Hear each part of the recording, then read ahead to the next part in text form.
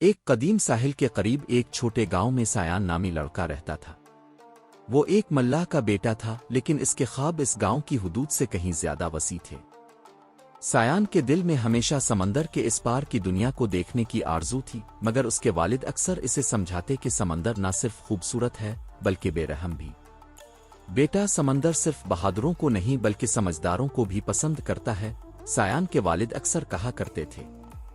لیکن سایان کا دل ہر شام افق کی جانب دیکھ کر دھڑکتا تھا، جہاں سورج سمندر میں ڈوب جاتا اور ایک پراسرار دنیا کا دروازہ کھلتا محسوس ہوتا۔ پراسرار چوٹی۔ ایک رات جب طوفانی ہوائیں گاؤں کے درختوں کو جھنجھوڑ رہی تھیں، سایان نے اپنے کمرے کی کھڑکی سے ایک عجیب روشنی دیکھی۔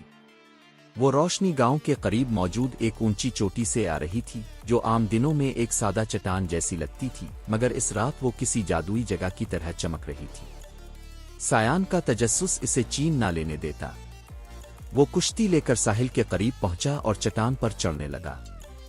راستہ خطرناک اور پھسلن بھرا تھا، مگر سایان کا عزم مضبوط تھا۔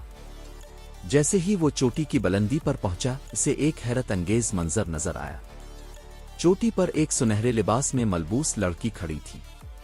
اس کے بال رات کی سیاہی کی طرح چمکدار تھے اور اس کی آنکھیں ستاروں کی مانند روشن۔ وہ کسی انسان جیسی دکھائی دیتی تھی، مگر اس کے گرد ایک جادوئی روشنی تھی جو اسے دنیا کی باقی مخلوقات سے الگ کر رہی تھی۔ کون ہو تم؟ سایان نے کانپتی آواز میں پوچھا۔ میں چوٹی شہزادی ہوں اور میں قید ہوں، لڑکی نے مدھم مگر گہرے لہجے میں جواب دیا۔ شہزادی کی کہانی۔ شہزادی نے بتایا کہ وہ ایک جادوئی دنیا سے تعلق رکھتی ہے، مگر ایک قدیم لعنت کے باعث وہ اس چوٹی پر قید کر دی گئی ہے۔ دن کے وقت وہ ایک انسان کی صورت میں رہتی ہے، مگر رات کے وقت وہ پتھر کی مورتی میں بدل جاتی ہے۔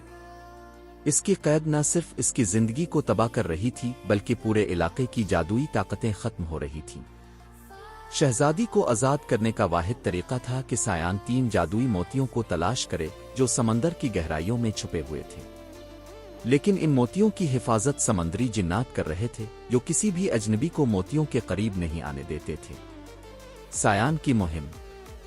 شہزادی کی التجا نے سایان کے دل میں ہمدردی اور بہادری کا جذبہ پیدا کر دیا۔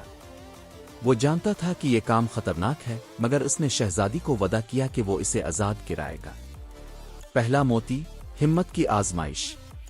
سایان نے اپنی چھوٹی کشتی میں سفر شروع کیا۔ پہلا موتی ایک زیر آب غار میں چھپا ہوا تھا، جہاں طوفانی لہریں اور شارک کا جھنڈ سایان کا انتظار کر رہا تھا۔ سایان نے اپنی ہمت جمع کی اور شارک کے بیچ سے تیرتا ہوا غار تک پہنچا۔ وہاں ایک خوفناک جن نے اس کا راستہ روکا۔ جن نے کہا، اگر تم مجھ سے گزرو گے تو اپنی جان گنوا بیٹھو گے۔ مگر سایان نے اپنی ذہانت سے کام لیتے ہوئے جن کی کمزوری کو پہچانا اور اسے دھوکہ دے کر موتی حاصل کر لیا۔ دوسرا موتی، ایمان کی آزمائش۔ دوسرا موتی سمندر کے ایک بھنور کے بیچ چھپا ہوا تھا۔ بھنور کے قریب پہنچتے ہی سایان کو لگا کہ اس کی کشتی ڈوب جائے گی، مگر اس نے اپنی ہمت کو برقرار رکھا۔ بھنور کے اندر ایک جادوئی دروازہ تھا، جسے کھولنے کے لیے سایان کو اپنی زندگی کا سب سے بڑا خواب قربان کرنے کا وعدہ کرنا تھا۔ سایان نے شہزادی کی آزادی کے لیے اپنا خواب قربان کر دیا اور دوسرا موتی حاصل کر لیا۔ تیسرا موتی، وفاداری کی آزمائش۔ تیسرے موتی کی حفاظت سب سے طاقتور جن کر رہا تھا۔ جن نے سایان کو دھوکہ دینے کی کوشش کی اور کہا، اگر تم مجھے موتی نہ لوٹا تو میں تمہیں ہمیشہ کے لیے جادوئی طاقتیں دے دوں گا۔ مگر سایان نے اپنی وفاداری اور دیانت کو برقرار رکھا اور موتی کو حاصل کرنے کے بعد لوٹ آیا۔ شہزادی کی آزادی۔ جب سایان تینوں موتی لے کر چوٹی پر پہنچا تو شہزادی نے ان موتیوں کی طاقت کو استعمال کر کے اپنی بددعا کو توڑ دیا۔ جادو کی روشنی چوٹی سے نکل کر پورے علاقے میں پھیل گئی اور شہزادی آزاد ہو گئی۔ مگر طلسم ٹوٹنے کی ایک قیمت تھی، سایان کو اپنی دنیا کو چھوڑنا پڑا۔ شہزادی نے سایان کا شکریہ ادا کیا اور کہا، تم نے اپنی قربانی سے نہ صرف مجھے بلکہ اس دنیا کے جادوئی توازن کو بچا لیا۔ نیا آغاز۔ شہزادی نے سایان کو ایک جادوئی کشتی تحفے میں دی جو اسے دنیا کے سب سے خوبصورت اور پوشیدہ مقامات تک لے جا سکتی تھی۔ سایان نے اپنا خواب تو قربان کیا، مگر اس قربانی نے اسے وہ سفر عطا کیا جو کسی بھی خواب سے زیادہ قیمتی تھا۔ اور یوں ملاح کا بیٹا اور چھوٹی شہزادی اپنی اپنی منزلوں کی جانب روانہ ہو گئے، مگر ان کی کہانی ہمیشہ کے لیے ہوا پانی اور چاندنی کی سرگوشیوں میں زندہ رہ گئی۔